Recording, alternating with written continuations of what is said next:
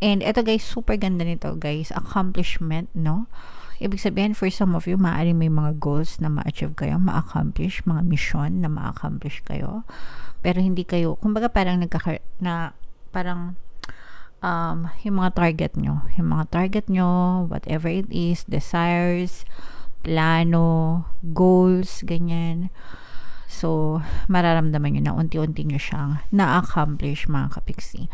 And for some of you guys, no, pwedeng may mga taong tumutulong sa inyo with this support energy, guys.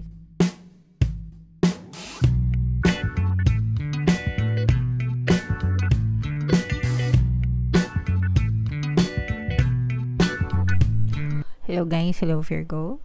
Welcome back to Pinay Pixie Tarot. Ang pamagat ng episode natin for tonight ay mid-month kapalaran para ngayong April 16 to 30 para sa Virgo, Sun, Moon, Rising, Sign, and Venus. General reading lang guys. Pwede mag-resonate, pwedeng hindi. Combination ng positive and negative energy, mga kapiksi. Unahin natin tong deck na to guys. Tingnan natin yung mga mensahe sa inyo ng inyong mga gabay.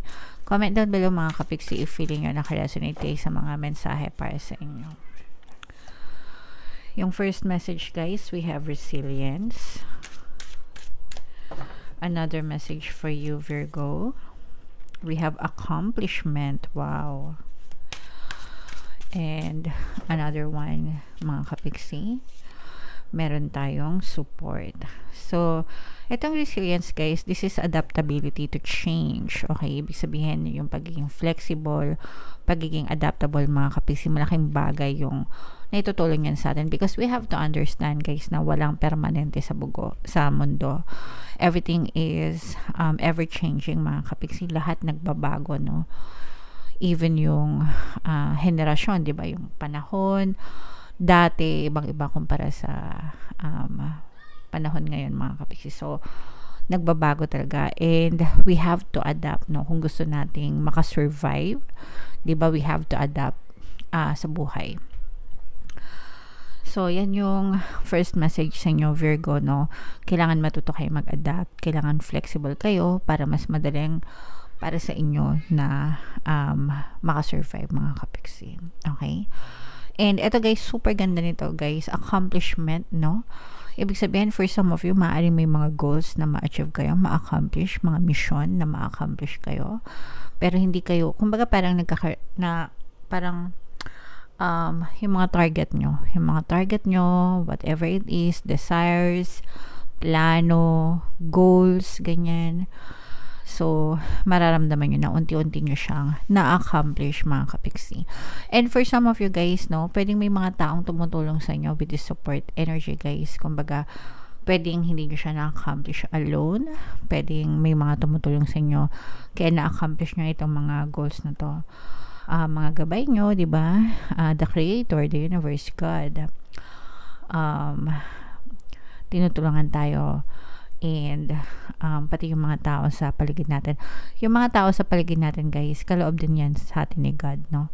Because the universe move people, things, situation sa paligid natin para ma-manifest yung mga desires natin. So, that includes support dun sa mga people sa paligid natin, mga kapiksi. Okay? So, we should be grateful. Kailangan maging, mapagpakumbaba and magpasalamat sa lahat ng na-achieve natin sa ating buhay, mga kapiksi. Hindi naman tayo lang yung gumawa niyan. The universe, we are co-creating with the universe, mga kapiksi. Kung ano yung desire natin, pinupush out natin kay universe and the universe will do the rest for us. So, it's co-creation, mga kapiksi. It's not just you, but the universe as well. Okay? Alright. So, i-mind mo yan, guys. Sa comment section, mind accomplishment, mind support, mga kapiksi. Para talagang maramdaman nyo yan sa iyong physical reality. So, hanapin natin dito, guys, yung energy ng Virgo. Tingnan natin yung paparating sa inyo ngayong April 16 to 30. Habang sinashuffle ko to, guys, panoorin nyo muna yung video natin regarding sa ating paano mag-manifest ng abundance video course. Kapiksi, sawa ka na ba sa mga struggles at hirap sa buhay mo? Masipag ka ba at masikap sa buhay ngunit hindi ka pa rin umaasenso? Ilang beses ka na bang nag-attempt magnegosyo at mag-invest pero palagi ka pa rin nalulugi? Sa pagkakataon na ito ay maaaring may subconscious beliefs ka na nagiging balakid sa iyong pag-unlad at pagyaman. Introducing, paano mag-manifest ng abundance video course. Dito ay matututunan mong ma-overcome ang mga balakid mo para tuluyan ka ng umunlad, umasenso, sumagana, maging matagumpay, successful at maswerte sa iyong kabuhayan, pera, trabaho, negosyo, salapi at kaperahan ng bonggang-bongga. Dali, mag-send na ng email sa pinoypixie@gmail.com at simulan na ang iyong pagyaman ngayon. Alright. So, sabay-sabay tayo guys, magpayaman. Ngayong 2024, mag-avail na kayo ng course guys kasi sobrang ganda talaga niyan. And good news mga kapiksi dahil ngayong April, until April 30 guys, meron tayong bagong promo. Magbibigay ako ng 200 pesos na discount guys sa lahat na mag-a-avail ng course. Kaya mag-avail na kayo. Sobrang ganda niyan mga kapiksi. And meron din tayong email coaching, manifest your desires using the law of attraction. If meron kayong mga specific na gusto nyong i-manifest guys, pwedeng love and relationship mga kapiksi, pwedeng money or career, pwede kayong magpabook ng email coaching session with me. Mag-send lang kayo guys ng email sa pinoypixie@gmail.com. So, Virgo guys, kayo ay na-represent ng Queen of Pentacles sa ating spread. Ito yung combination ng positive and negative energy mga kapiksi. Meron ditong presence ng fire sign, Aquarius, Gemini, Libra, fire sign, Aries, Leo, Sagittarius, at saka water sign, Cancer, Pisces, Scorpio. For some of you guys, no, kung kayo ay nabiktima ng panduloko before, may nanloko sa inyo, may nanlamang sa inyo, may nang-abuso sa inyo mga kapiksi, itong person na to, bumabalik sa kanya, no, yung mga ginawa niya. So, in short, parang nakakarma itong person na to. So, hindi mo kailangan guys na mag-wish na sana makarma ka or hindi mo kailangan gumante sa mga taong nagkasala sa inyo because the law of karma exists mga kapiksi as one of the universal laws of the universe. And kahit hindi kayo mag-wish mga kapiksi, babalik at babalik sa kanila yung ginawa nila. The same goes sa atin mga kapiksi. Kapag tayo ay may ginawa, babalikan din tayo. So it's either good karma or bad karma. Good intentions, of course, good karma. Bad intentions equals bad karma mga kapiksi. So, sa case nila guys, medyo naghihirap itong person na to. Parang delubyo, no, yung pinagdadaanan nila. Especially kung ginawa nilang delubyo din yung buhay nyo mga kapiksi. Alright? And kayo naman guys, yung iba kasi sa inyo parang na-stuck kayo dun sa sitwasyon na pinagdaanan nyo dahil dun sa person na to. So, ibig sabihin, hindi pa kayo naka-move on yung iba sa inyo. Meron pa kayong mga emotional pain na pinagdadaanan, kinakain kayo ng negative assumptions, negative emotions, no? Yung mga galit, anger, hatred. Pero nakikita naman natin na you are trying to heal mga kapiksi. So, you should focus more on healing, guys. Knowing na parang binibigyan ng justice ng universe yung nangyari sa inyo, guys, kasi parang si universe na yung gumagante on your behalf dun sa person na nanakit sa'yo. Pero syempre, I don't know about you guys, pero kasi minsan talaga yung mga tao pag sobrang galit, di ba, hindi maiwasan na sana ganun, di ba? Kumbaga parang gusto nila na bumalik sa kanila, sa mga nanakit sa kanila yung ginawa sa kanila. Pero again guys, just focus on yourself, focus on your healing. Gumaganda na yung magiging maganda na rin yung sitwasyon mo, mga kapiksi, okay? Pero kailangan mo talagang i-let go yung mga negative emotions na yun.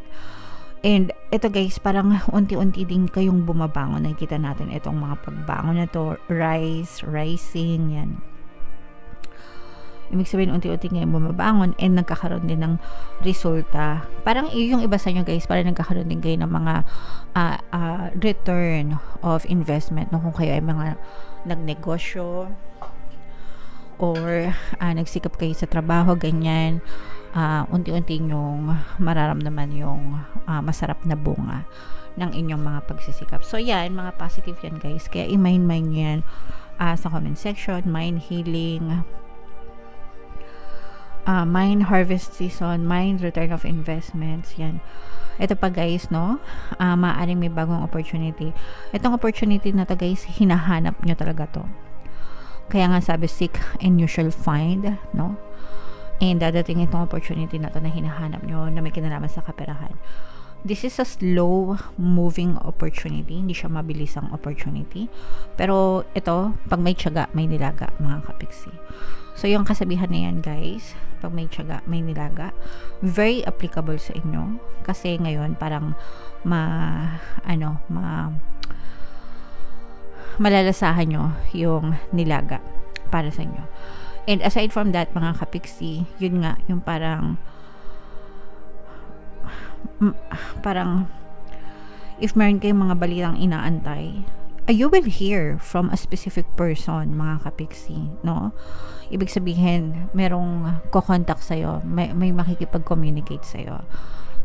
Especially kung LDR ka, tas matagal na kayong hindi nag-uusap ng person mo, nagkalayo, ganyan, you will hear from this person, mga kapiksi. At saka kung meron kang parang kamag-anak na napalayo sa'yo, baka ng ibang bansa, ganyan, or separate ways, para matagal kayo hindi nag-communicate nitong person na to, pero makakapag-communicate kayo, babalik yung communication nyo ngayon, mga kapiksi. Tapos parang parang magiging daan din siya para ma-offeran ka ng trabaho. Baka, let's say for example, pinsan mo nasa ibang bansa, tapos parang sabi na, uy, may opening dito, baka gusto mong itry, ganyan, pwede kang mag-apply. Tapos parang siya yung tutulong sa'yo, mga kapiksi, para makapag-abroad, ganyan, something like that.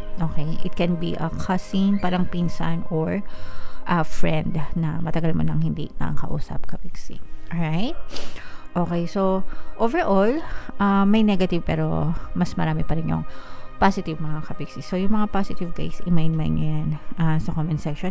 Yun nga yung sinasabi natin na support, no? Ito, kasi kanina diba lumabas yung support. So yun yung nararamdaman natin na parang may makipag-communicate sa'yo na pinsan or kakilala, ganyan, na tutulungan ka para ma-achieve mo yung goals mo. Ito, accomplishment, no? Para ma-achieve mo yung goal mo na makapag-abroad or makapagtrabaho somewhere out there. So, swak na swak. Hindi ko na makuha. Swak na swak siya dun sa message natin dun sa simula ng video. Okay? Alright. Yan. So, support tsaka accomplishment. Meron talagang tutulong sa'yo, kapiksi. Okay? Alright. So, i-mind nyo yan, guys. No? Mind support, mind accomplishment, para talagang ma-experience nyo sa inyong physical reality.